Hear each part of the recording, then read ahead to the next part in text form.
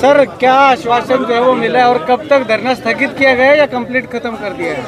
ऐसे जी, हम 29 तारीख को हमारे चोपड़ा जी द्वारा वहाँ पहुँचे थे। सीएम साहब से हमारी मुलाकात हुई और अच्छी मुलाकात हुई, अच्छा रिस्पांस मिला।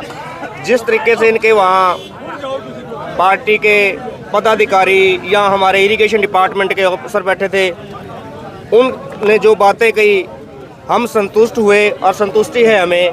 क्योंकि देखो जी, प्रोसेस में टाइम लगता है, लेकिन कुछ हमारी भी कमियां थी, हम इकट्ठे नहीं हो पाए थे। आज हम इकट्ठे हैं।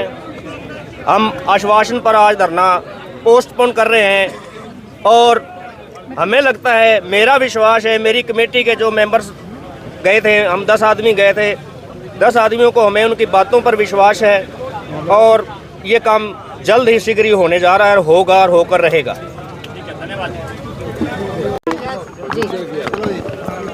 जी मैडम जी, 56-57 दिन हो गए धरने को चलते हुए, बहुत बड़ी उपलब्धि हासिल की है। कैसे हासिल हो पाया ये सब?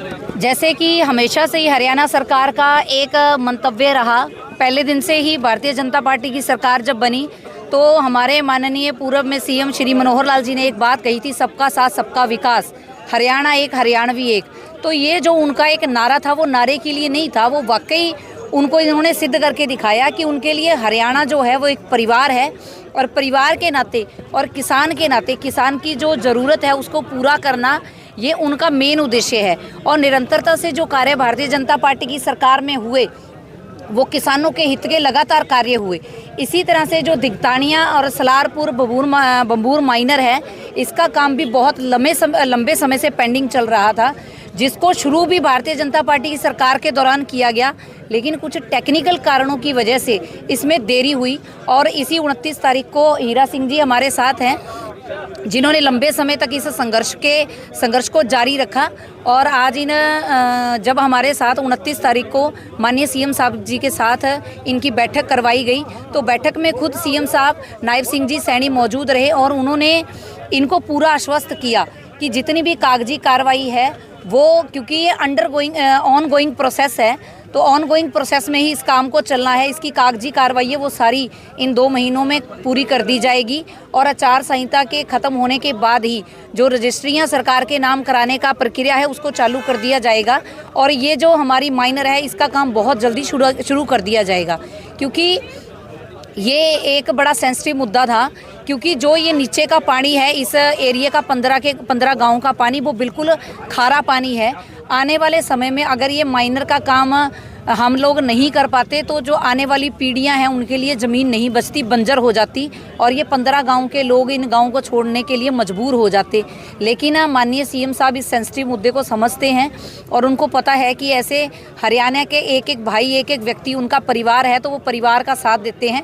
इसी नाते से उन्होंने इस तीनों माइनरों के काम को बहुत जल्दी प्रक्रिया को पूरा कर दिया जाएगा। तो मैडम, अब आगे आने वाले समय में ये लोग भाजपा का साथ देंगे? बातचीत हुई है कोई? वो तो जी प्रधान जी बैठे हैं, इस बात को तो वो ज़्यादा बेहतर तरीके से बताएंगे। लेकिन ये काम किसी वोट बैंक के लिए नहीं किया गया।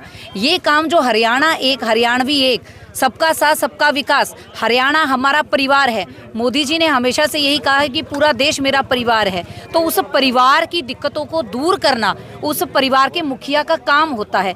उस काम के लिए इस काम को सिरे चढ़ाया गया है, ना ही किसी के राजनीतिकरण के लिए। तो सालों कैसे लग गए इसमें? जैसे कि मैंने जैसे कि इतनी लेट कैसे जागी? अभी 2 महीने का टाइम ले रही है। अभी जब मैंने विषय जो पहले रखा कि इसमें कुछ टेक्निकल कारण है। टेक्निकल कारण क्या थे कि इसमें एक टेक्निकल विषय था कि 70% जो ज़मीन है उसकी एग्रीमेंट होना ज़रूरी है, कि 70% जो किसान हैं वो अपनी ज़मीन देने को तैयार हैं।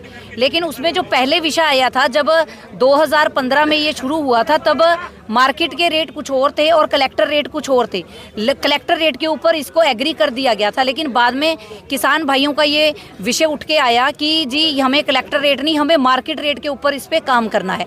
तो अब मार्केट रेट जो किसान भाइयों के हितों के अंदर रखते हुए और जो उनकी आवाज़ थी उसको पूरा किया गया है। और इसमें कहीं ना कहीं देरी की वजह हम खुद भी, मैं एक मतलब कि भाजपा की जिला अध्यक्ष के नाते नहीं, एक किसान के नाते एक बात कहूँगी कि इसमें देरी की वजह हम खुद भी रहे, क्योंकि हम में से ही कुछ ऐसे परिवार हैं जो अभी तक भी उस ज़मीन के जो एक्वायरमेंट की ज़रूरत है, वो ज़मीन सरकार को चाहिए, उसके ऊपर एग्री नहीं हो रहे थे। और सबसे पहले जो प्रयास था वो यही चल रहा था कि ये भाईचारे के नाते ये ज़मीन एक्वायरमेंट में आ जाए और उसको उनका जो वो रेट मांग रहे हैं उसी हिसाब से इसको एक्वायर कर लिया जाए और ज़मीन को ले लिया जाए। और बाकी इस विषय में सारा विषय हमारे हीरा सिंह जी हैं जो लंबे समय से इस कार्य के पीछे लगे हुए हैं, वो इस कार्य को लंबे समय से देख भी रहे हैं और वो आपको बेहतर तरीके से इस विषय को बता भी देंगे कि देरी का कारण क्या रहा। एक सवाल और है कि मनोहर लाल की गारंटी तो पूरी नहीं हुई, इस बात की क्या गारंटी है कि नायब सिंह सैनी की गारंटी पूरी हो जाएगी? ये किसी व्यक्ति विशेष की गारंटी नहीं है, ये भारतीय जनता पार्टी की गारंटी है और भारतीय जनता की पार्टी की जो गारंटी होती है वो पूरी होती है। हाँ, मैं हमेशा एक बात कहती हूँ कि कुछ समय लगा है, उसके लिए क्षमा याचना भी की है कि समय लगा है, देरी से थोड़ा काम हुआ है, लेकिन हाँ जो हुआ है वो बहुत अच्छा कार्य हुआ है और बहुत अच्छा होगा। एक सवाल मेरा भी है, पहले भी बीजेपी के लीडर इस धरने पर आए हैं, उन्होंने वादा किया कि आपकी ज़मीन का सब हो गया, कहीं अब आप लोग आए हैं, कहीं ऐसा तो नहीं फिर दोबारा इन लोगों को फिर बैठना पड़ जाए? परमात्मा की कृपा से और आप सबके आशीर्वाद से जो काम हाथ में लिया है उसको सिरे चढ़ाया है, ये सब आपका आशीर्वाद रहा है और इस काम को भी 100% सिरे चढ़ाएंगे। जी सर। हाँ जी, करिए जी।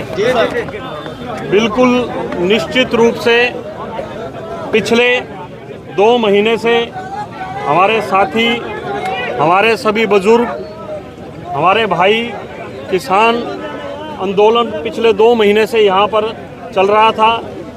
निश्चित रूप से हम भी इनके संघर्ष के साथ लगातार इनके लिए कार्य कर रहे थे।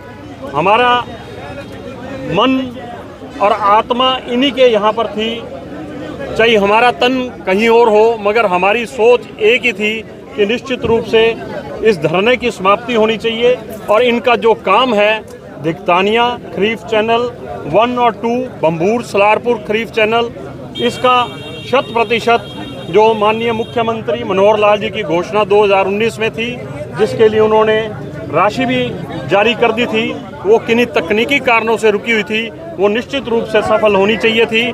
और अब वर्तमान हमारे माननीय मुख्यमंत्री नायब सैनी जी ने 2 दिन पहले सेक्रेटरीट के मुख्यमंत्री आवास पर चीफ सेक्रेटरी हुल्लर जी को बुलाकर और स्वयं उनकी अध्यक्षता में वो बैठक हुई और उसमें जो यथावत संभव उसमें उन्होंने आदेश देने थे वो आदेश दिए और जो रुकावटें थी इसकी उनको दूर किया। खरीफ चैनल का काम चुनाव आचार संहिता खत्म होने के बाद होगा।